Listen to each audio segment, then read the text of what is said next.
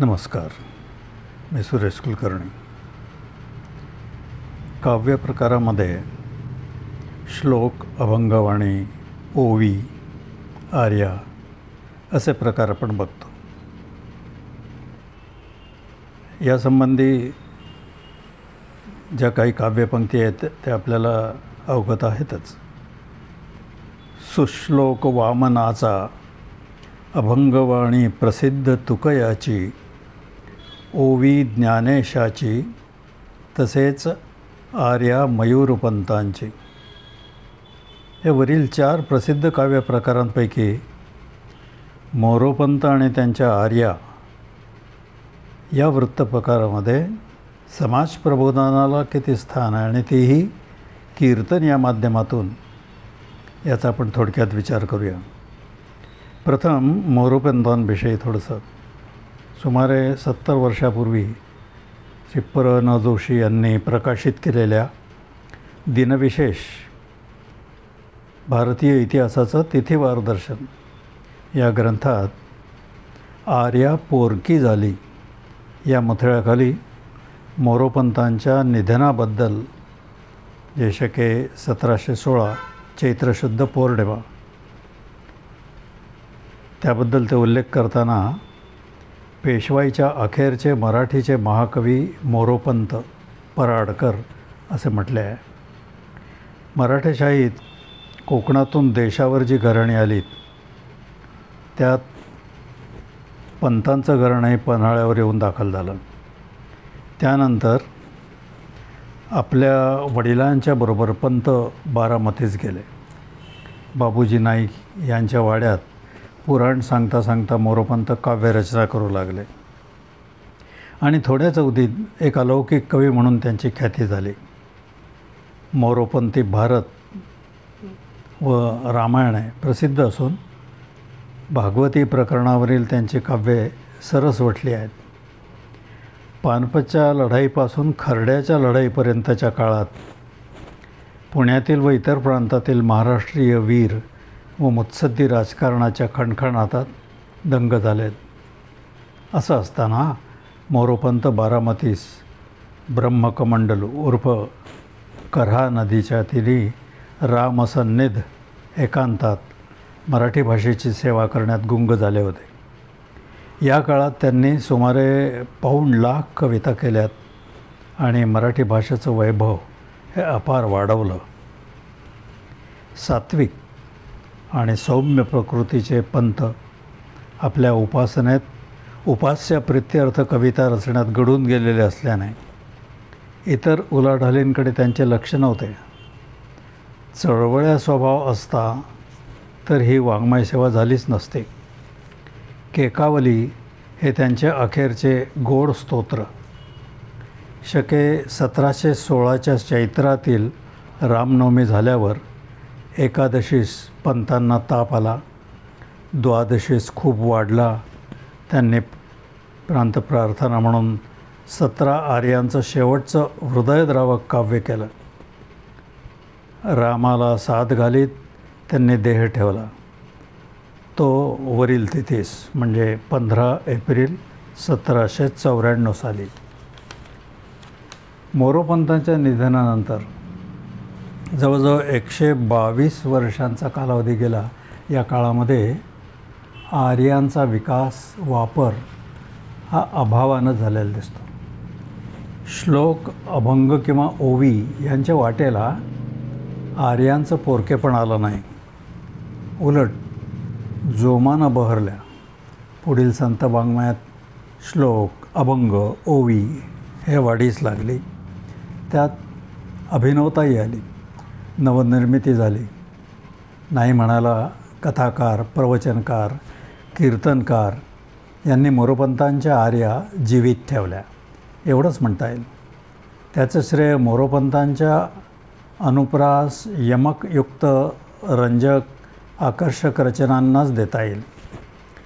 परंतु वरील 4ही काव्यप्रकारांचा संगम, जेथे श्लोक असोत, अभंग असोत, ओवी असो की आर्या, यांचा संगम डॉक्टर रामचंद्र प्रल्हाद पारनेरकर महाराज ज्यांचा कालावधी 1916 ते 1980 असा आहे, या त्यांच्या कालावधीत त्यांच्या साहित्यामध्ये दिसून येतो. त्यातील नाविन्य आणि अभिनवता दिसते. प्रामाणिकपणे केलेलं प्रबोधन दिसतं. मोरोपंतांनी पेशवाई पाहिली, पण डॉक्टर पारनेरकरांनी अभ्यासून जीवनात ती अनुभवली आणि सुखी जीवनाचा मंत्र समाजाला दिला. जीवनाची कला शिका येणे परी, जेणे हा श्रीहरी कृपा करी, असा उपदेश आपल्या अभिनव अभंगातून दिला. जसे वामनाचे श्लोकानंतर मनाचे श्लोक, तसे तुकयाच्या अभंगानंतर डॉक्टर रामूभैयांचे, ज्यांना पारनेरकर महाराज म्हणतात, त्यांना रामूभैया म्हणत, त्यांचे अभिनव अभंग. आत्मबोधाप्रमाणे स्वबोध, ओवी रचना, अभंगाबरोबर आर्यांची रचना, हे संख्येनं थोडे असले तरी लाख मोलाचे आहेत आणि माणसाला आपलं जीवन सुकर आणि सुखकर करायला सहाय्यक आहेत. मोरोपंतांप्रमाणे अनुप्रासयुक्त आणि रंजक नसल्या तरी डॉक्टर पारनेरकरांच्या आर्या माणसाचा जीवन व ईश्वरविषयक भ्रम दूर करणारे म्हणून श्रेष्ठ प्रबोधक आहेत. पंतांप्रमाणे डॉक्टर रामूभैयांनी पण आपल्या उपास्याप्रित्यर्थ कविता केल्या. त्यांचं उपास्य दैवत होतं श्री गणेश, श्री गजानन. पण आपल्या भोवतालच्या विश्वाचं, इतिहासाचं, वस्तुस्थितीचं आणि ईश्वराचं भान न विसरता गुरुत्व करण्याची ईश्वराज्ञा प्रमाण मानून 1949 पासून गुरुकार्यास त्यांनी प्रारंभ केला. म्हणूनच की काय, शके 1838च्या आषाढी पौर्णिमेस म्हणजेच गुरुपौर्णिमेस त्यांना ईश्वराने जन्माला घातलं. आपल्या कार्याची पूर्तता करून ते पूर्ण काम झाले ते 1980 साली. मायावाद आणि अजातवाद यांना पूर्वपक्ष करून काशी विश्वविद्यापीठाला सादर केलेल्या पूर्णवाद प्रबंधानं त्यांना विद्यापीठानं डॉक्टरेट तर विद्वतरत्न ही लोकपदवी देखील मिळाली. कालसापेक्ष जीवनरीत सिद्ध करणारा सुगम ग्रंथ पूर्णवाद साहित्य व तत्त्वज्ञानाच्या इतिहासात भर घालणार असा ठरला. आपल्याला कीर्तनाच्या संदर्भात विचार करावायचा असून या माध्यमाचा उपयोग कुठल्या तरी उपयुक्त तत्त्वासाठी, विशेषतः प्रबोधनासाठी कसा प्रभावी आणि उपयुक्त ठरू शकतो हे पाहायचं असल्यानंच व जीवनास सोडून कोणतीही गोष्ट नसल्यानं जीवन सम्राट डॉक्टर पारनेरकर महाराजांचा उल्लेख या ठिकाणी आवश्यक ठरतो आणि म्हणूनच तो केला. कीर्तन आणि कीर्तनकार याचा विचार करताना कीर्तन प्रकार समाज प्रबोधनाचे अत्यंत प्रभावी माध्यम आहे, हे कोणीही नाकारू शकत नाही. मग ते नारदीय कीर्तन असो की वारकरी कीर्तन असो. कीर्तनकार समाजातील श्रद्धा, निष्ठा जागृत ठेवून वाढीस लावतो. प्रत्येकाच्या स्वपासून राष्ट्र विश्वापर्यंत त्याला समाजाला काय द्यायचं आहे, सद्यस्थिती काय आहे आणि कशाची आवश्यकता आहे हे तो जाणतो.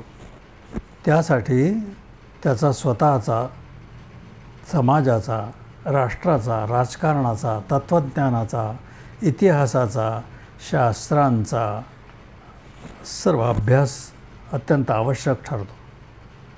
उद्दिष्ट समाजापर्यंत पोचवण्यासाठी, विचारांची बीजं रुजवण्यासाठी सामूहिक मानसशास्त्राची जाण देखील त्याला ठेवावी लागते. ऐक म्हटल्यानं कोणी ऐकत नसतं. ऐकण्यासाठी काय केलं पाहिजे याचा विचार त्याला करावा लागतो आणि त्यानुसार आपलं कथानक रंजक करावं लागतं. विशिष्ट पद्धती अवलंबाव्या लागतात. प्रसंगी ऐनवेळी बदल करण्याची क्षमता असावी लागते. शब्द सामर्थ्य आणि प्रसंग जिवंत स्वरूप धारण करण्याची कला अंगी असावी लागते. रसनिर्मिती करावी लागते. कधी करुण, तर कधी वीर, तर कधी हास्य, तर कधी भक्तिरसपूर्ण, असे अनेकविध रसांचा परिपोष विषयानुरूप करावा लागतो. वक्तृत्व कला, कथन, जे शब्दचित्र उभं करणं, याचं सामर्थ्य असणं, आवाजाची फेक, त्यावर ताबा, त्याबरोबरच गायन वादन कलेत निपुणता असावी लागते.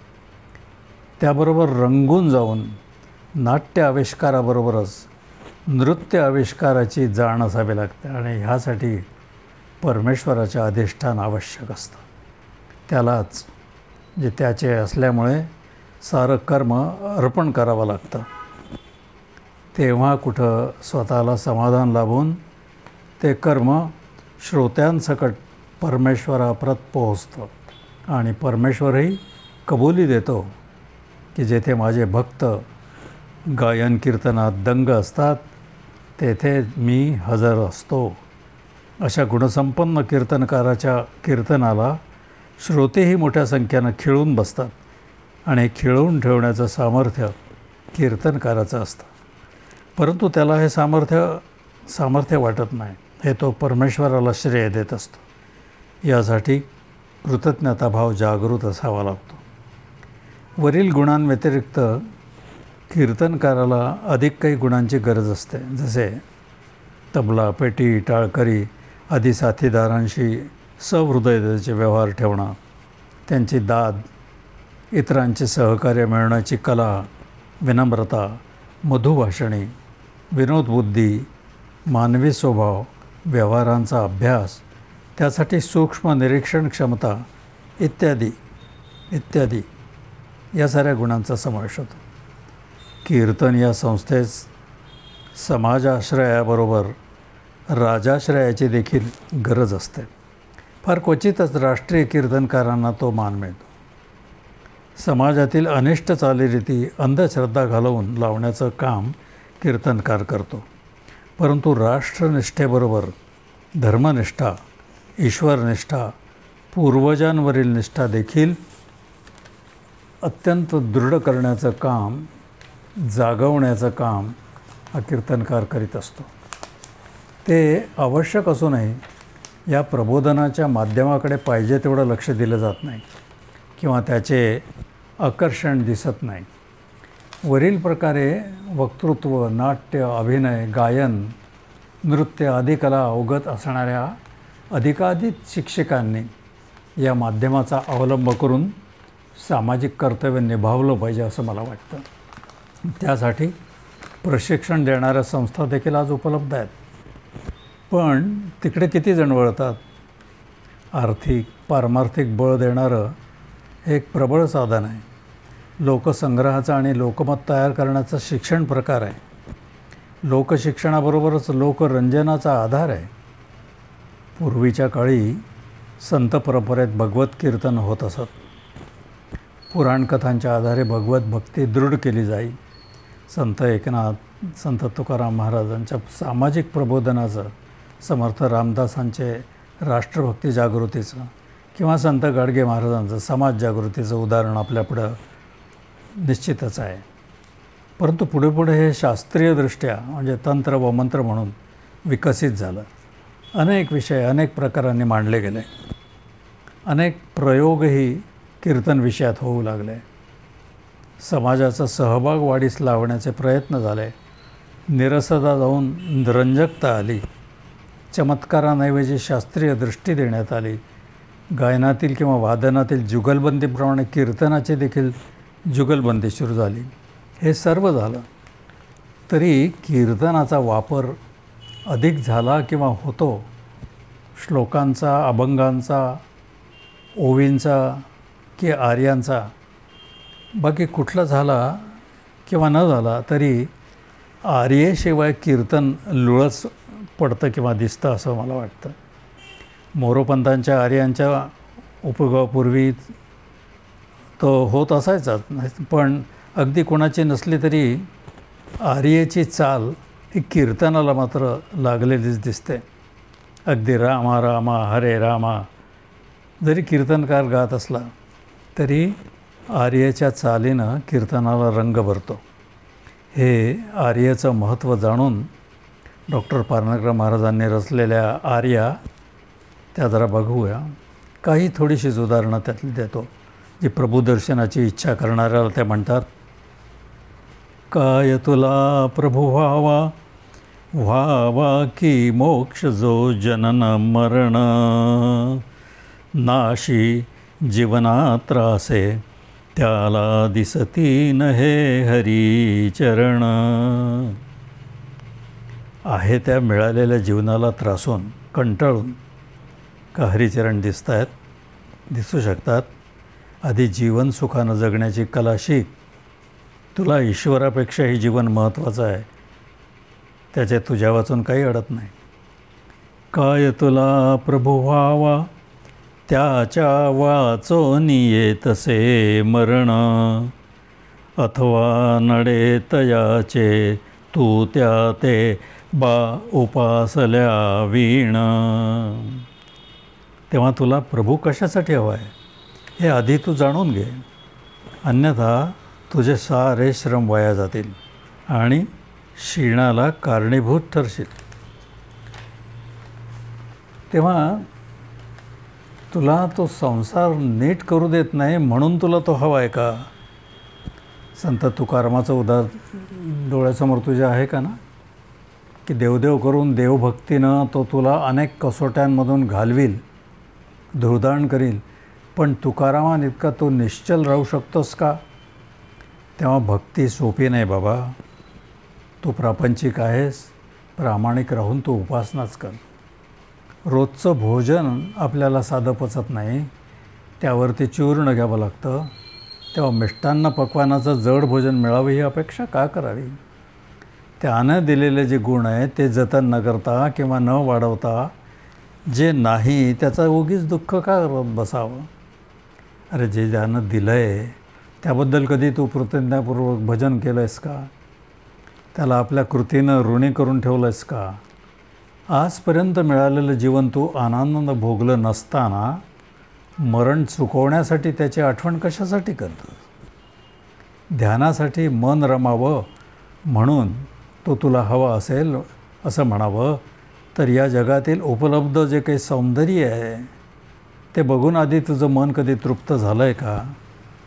तुझी इंद्रिय आधी कला निपुण कर, जगण्यास समर्थ कर.